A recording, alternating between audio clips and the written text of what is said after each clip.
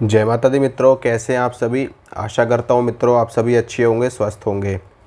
मित्रों, आज हम बात करेंगे माता काली के विषय में। कुछ लोग ऐसा कहते हैं कि माता काली बिना गुरु के नहीं चलती, तो आज इसी के ऊपर चर्चा करेंगे। मैं आपको ये बताना चाहता हूँ कि देखिए, माता काली हो, माँ दुर्गा हो, हनुमान जी महाराज हो, भगवान शंकर हो, कोई भी शक्ति हो, हर शक्ति बिना गुरु के चलती है। ठीक है, कैसे चलती है वो मैं आपको बताता हूँ।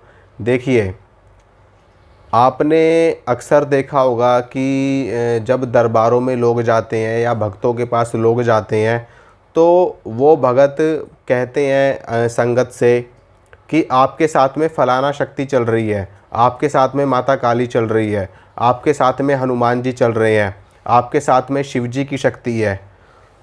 तो मुझे ये बताओ कि जब उस व्यक्ति ने गुरु नहीं बनाया किसी को और उसके बावजूद भी उसके साथ में शक्ति चल रही है, तो शक्ति कैसे चल गई फिर।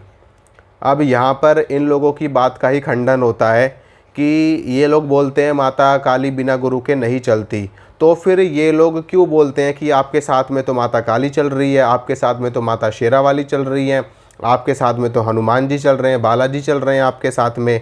फिर कैसे चल गई शक्ति?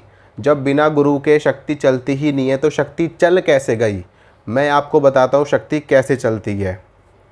देखिए, जब आप किसी भी देवी या किसी भी देवता की पूजा पाठ या साधना करनी शुरू कर देते हैं, तो धीरे धीरे क्या होता है कि उनकी ऊर्जा परिपक्व होनी शुरू हो जाती है, उनका मंत्र सिद्ध होना शुरू हो जाता है। चाहे आप चालीसा पढ़ रहे हो, चाहे आप मंत्र पढ़ रहे हो, चाहे आप स्तोत्र पढ़ रहे हो, वो चीज़ सिद्धता की ओर अग्रसर होनी शुरू हो जाती है और धीरे धीरे करके वो चीज़ें सिद्ध हो जाती है।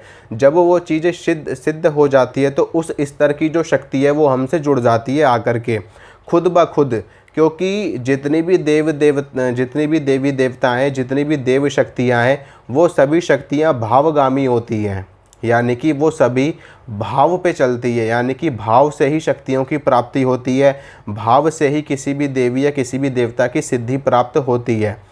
गुरु की आवश्यकता कहाँ पर हमें पड़ती है? गुरु की आवश्यकता हमें वहाँ पर पड़ती है जहाँ पर हमें उस शक्ति के विषय में तनिक भी जानकारी ना हो।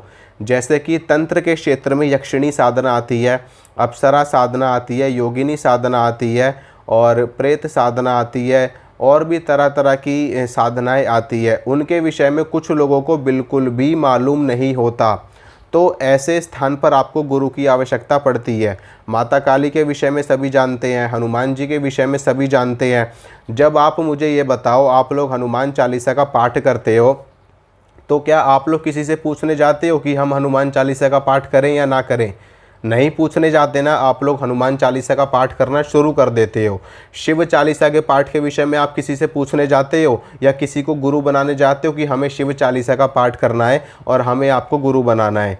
नहीं जाते ना, आप खुद ब खुद पढ़ना शुरू कर देते हो। यहाँ तक कि आप मंदिर में जाते हो, भगवान को फूल चढ़ाते हो, माला चढ़ाते हो, उनका अभिषेक करते हो, प्रसाद उनको चढ़ाते हो, तो क्या आप किसी गुरु के पास जाते हो पहले पूछने के लिए कि हमें आपसे दीक्षा लेनी है, हमें भगवान शिव की पूजा करनी है, तो इसलिए हम आपको गुरु बनाने के लिए आए हैं? नहीं ना।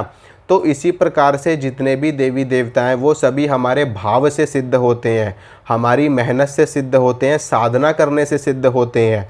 ठीक है, ये तो बस कहने की बात हो जाती है कि गुरु के बिना ये शक्ति नहीं चलती, क्योंकि वहाँ पर गुरु की आवश्यकता वहाँ पर होती है जहाँ पर आपको बिल्कुल भी ज्ञान ही ना हो, बिल्कुल भी ज्ञान ही ना हो।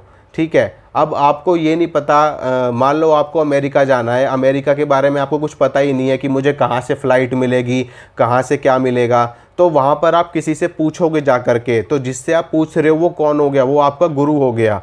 तो जिन साधनाओं के बारे में आपको जानकारी ना हो, बिल्कुल भी आप नहीं जानते, वहाँ पर आपको गुरु की आवश्यकता पड़ती है। माता काली तंत्र की देवी हैं और उग्र शक्ति हैं भगवती आदिशक्ति जगदम्बा की।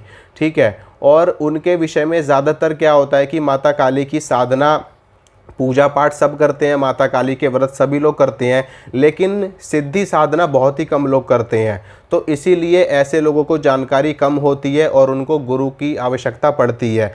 तो इसी जगह से ये प्रचलन चल गया है कि माता काली बिना गुरु के नहीं चलती। वास्तव में अगर आप माता काली को माँ मान करके साधना करोगे, उनको पुकारोगे माँ बोल करके, तो निश्चित रूप से माता काली चलती हैं। और अगर आप माता काली के किसी भी मंत्र का जप करोगे तब भी माता काली चल पड़ती हैं। स्वामी रामकृष्ण परमहंस, जिन्होंने माता काली को सिर्फ अपने भाव से, अपनी भक्ति से और अपने प्रेम से सिद्ध कर लिया था, गुरु तो उन्होंने बाद में बनाया था। माता काली उनको पहले ही साक्षात दर्शन दे चुकी थी, पहले ही उनको सिद्ध हो चुकी थी। तो इसी प्रकार से आप माता काली की उपासना अगर आप भाव से करते हो ना, मन से करते हो, तो आपको उनकी सिद्धि अवश्य प्राप्त हो जाएगी।